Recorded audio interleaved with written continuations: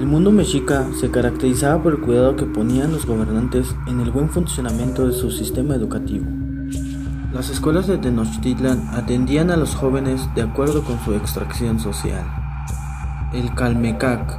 Los hijos de los nobles acudían a esta escuela, institución que se hallaba dentro del reino ceremonial. En el Calmecac, los hijos de los Pipiltin aprendían los relatos históricos contenidos en los amatl, o libros pintados, hoy conocidos como códices, que eran leídos en interminables discursos por los viejos sacerdotes. Los hijos de los sacerdotes seguirían los pasos de sus padres, aprendiendo los relatos mitológicos y el complejo funcionamiento del ceremonial que se llevaba a efecto en los diversos templos y santuarios. Todos los alumnos del Calmecac debían dominar los giros literarios más elegantes de su lengua, el náhuatl, y conocer las grandes creaciones poéticas de los antiguos bardos, así como saber declarar con denoire y distinción. Aprenderían además el difícil manejo de la administración pública, y en el futuro serían maestros, jueces, inclusive gobernadores, para lo cual deberían conocer los códigos legales que regulaban la vida en la comunidad. Telpochcalis. Esta es una escuela para jóvenes, en donde asistían los vástagos de los demás pobladores, conocidos genéricamente como Macehualtin. Había una escuela en cada barrio. Las familias de Tenochtitlan consideraban a sus hijos como unas dávidas de los dioses. Los hijos darían continuidad al linaje, colaborarían en las actividades productivas de la familia y aprenderían a respetar a sus mayores y a venerar a las deidades. La vida en el Telpochcali era dura, las órdenes eran ahora más estrictas y desde la madrugada comenzaban las extenuantes actividades. Todo iniciaba con un helado baño en la laguna, seguido de una comida frugal y muy controlada.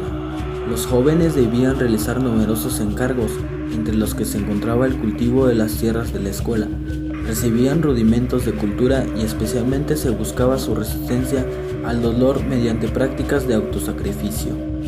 Muy importante era el aprendizaje del uso de armas como el atl, el arco y la flecha y el macehuatl, la curiosa espada de madera con filos de obsidiana. Si los jóvenes se distinguían por su habilidad y valor en las guerras de conquista, algún día podrían llegar a ser ciudadanos distinguidos a quienes se premiaba y rendían honores, y entonces podrían abandonar la rudeza del trabajo agrícola. Educación informal. Las mujeres educaban a las hijas, mientras que los varones instruían a los hijos. De esa manera, durante todo el proceso de esta educación informal que se llevaba en la familia, niños y niñas aprendían las conductas adecuadas y diferentes para cada sexo. De los 3 o 4 años en adelante, los infantes debían ejecutar tareas sencillas con gran comedimiento y obediencia. Conforme pasaban los años, el trabajo se hacía más complejo y las labores más pesadas. Así aprendían los niños los oficios del padre, mientras que las jovencitas todas las labores domésticas, asear la casa, preparar los alimentos, hilar las prendas de vestir de la familia, etc. Al cumplir los 15 años, los varones adolescentes eran obligatoriamente enviados por sus padres al Calmecac o al Telpochcali, mientras que las jovencitas continuaban instruyéndose en casa, junto a sus madres, en las labores ancestrales que las capacitarían, cuando llegara el momento para ser buenas esposas.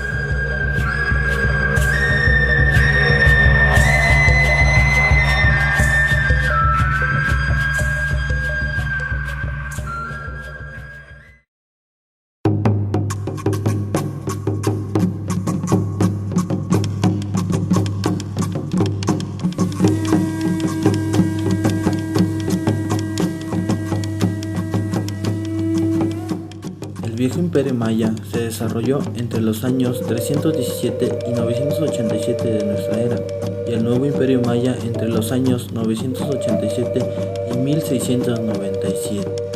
Se sabe con certeza por ahora que Palenque y Copán fueron grandes centros de población en la época que se ha llamado Viejo Imperio, y que existieron simultáneamente con Tikal y los demás urbes del Petén. Estas poblaciones florecieron hasta el siglo IX. Siendo los mayas predominantes religiosos y girando sus actividades en torno de la agricultura, la educación tenía que estar impregnada de estas dos modalidades. Si se han establecido como fines esenciales de la vida entre los mayas, el servicio de la religión, la familia y el pueblo, los objetivos de la educación se mueven en esas tres direcciones. Para la designación del nombre que debía llevar el niño, un sacerdote consultaba el horóscopo. La respuesta contenía además un pronóstico sobre la profesión que debía seguir el niño cuando creciera. Enfocándonos ya en el hombre, desde el momento de su nacimiento, el sacerdote le fijaba su futuro y sus labores por medio del horóscopo. La educación comenzaba desde el hogar, pero eso no quiere decir que toda su vida era ahí. A los 4 meses se le colocaba al niño maya una hachita en la mano que significaba que parte de su labor debería estar de ser un buen agricultor. En el caso de las mujeres, al igual que a los hombres desde su nacimiento, el sacerdote les indicaba su labor y su futuro, que a diferencia del hombre, a las niñas mayas, a los 3 meses se les hacía imitar un ejemplo de la molienda del maíz. En el caso de los juegos de su infancia, lo hacían relacionado con sus labores en el futuro. A los 9 años, ayudaban a sus madres en labores domésticas. Las madres de las niñas mayas, conforme iban creciendo, procuraban irles enseñando todo lo que sabían, desde las labores domésticas hasta sus propias experiencias de la vida. Sistema de educación maya. Es entendida como el conjunto filosófico, teórico, metodológico y práctico de una educación permanente en donde de manera organizada y con intencionalidad se desarrollan las comunidades mayas. Educación maya. La educación maya es endógena, formativa, práctica y humana. Fortalece los valores éticos y morales, así como los vínculos entre el ser humano y la naturaleza y el ser humano con el ser superior.